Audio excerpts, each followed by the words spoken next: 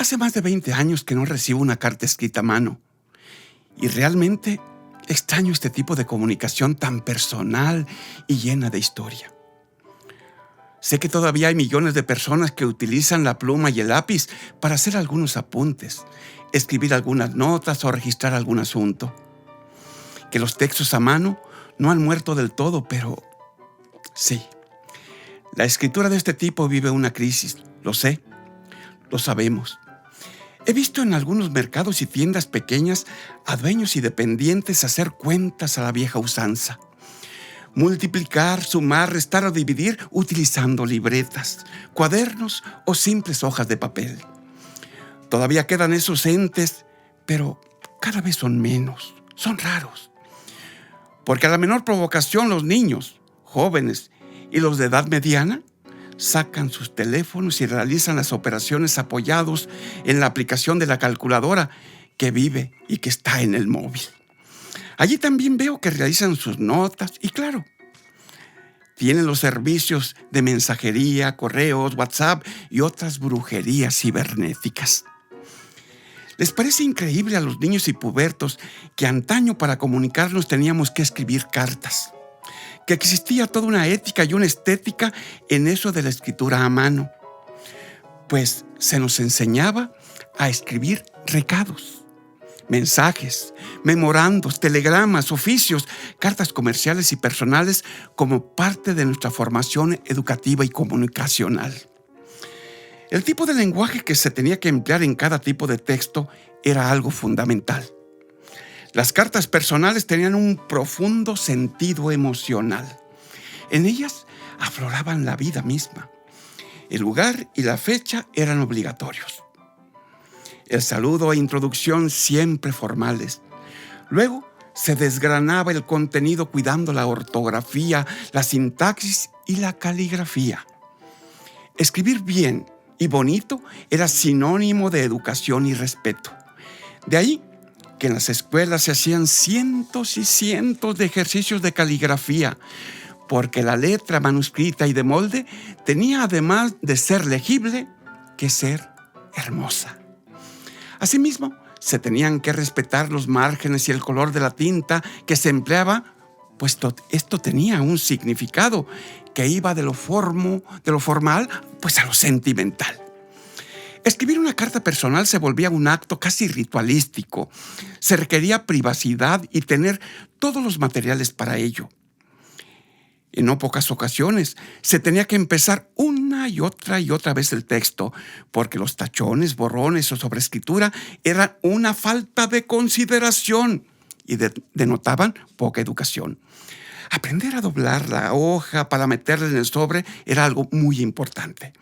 Había personas que hacían verdaderas figuras de papiroflexia. Las cartas amorosas no pocas veces se impregnaban de perfume y las de condolencias de solemnidad y respeto. Colocar los timbres de acuerdo al tipo de servicio, terrestre o aéreo, ordinario o urgente, era parte del aprendizaje. Cerrar o lacrar bien la carta sin que se arrugaran los bordes, sin que quedaran partes sin sellar por falta de agua o saliva, también formaba parte del ritual. Ir a depositar al buzón más cercano o llevarla a correos estaba entre los actos que integraban el proceso. Luego había que esperar la respuesta que podía tardar semanas, meses, dependiendo de la distancia y la urgencia. El cartero de hace unos decenios era esperado con ansias, con anhelo, pues él era quien traía las buenas o malas noticias. Desde que se escuchaba a lo lejos su pitido peculiar, los latidos del corazón arreciaban su ritmo. Luego, cuando se paraba junto a la puerta y lanzaba su llamado, el músculo estriado daba un vuelco. A veces, el cartero colocaba las epístolas en los buzones particulares. Otras, introducía las cartas por debajo de la puerta, pero las más las entregaba a su destinatario en persona o a miembros de la familia. Abrir la carta también era parte sustantivo del proceso. Si era una carta sentimental, lo más común es que se abriera con mucho cuidado, con esos cuchillos sin filo o abrecartas, que ahora son adornos, curiosidades o artesanías. O bien, si era una carta familiar o comercial, se golpeaba contra una superficie sólida o contra las palmas de la mano para que el contenido se cargara a un extremo y poder romper el lado opuesto sin dañar el mensaje.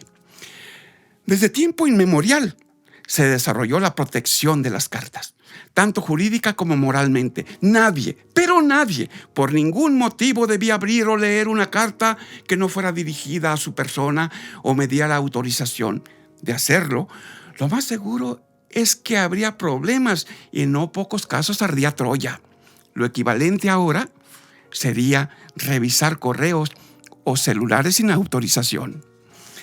Las cartas, sobre todo las manuscritas, han muerto y el servicio de correos está en agonía. Los pocos profesionales que siguen utilizando la escritura manuscrita son los médicos, los que en su inmensa mayoría hacen esfuerzos por escribir garabatos, recetas casi ininteligibles, como para darse importancia, como para decir que son diferentes, olvidando algo fundamental de la comunicación. La mayoría ahora somos hijos de la tecnología. Somos pragmáticos, cibernéticos, antiortográficos, disléxicos y posmodernos. Destruimos el lenguaje escrito con una desfachatez asombrosa. Los carteros están siendo sustituidos por la mensajería y los medios tecnológicos. Y el viejo y emotivo sistema de cartas manuscritas es ahora motivo de nostalgia y arqueología de la memoria. Rara avis es aquel que todavía sabe lo embriagante del olor de la tinta y sabor de la punta del lápiz. Y más extraño, el que practica la magia de esta escritura manuscrita.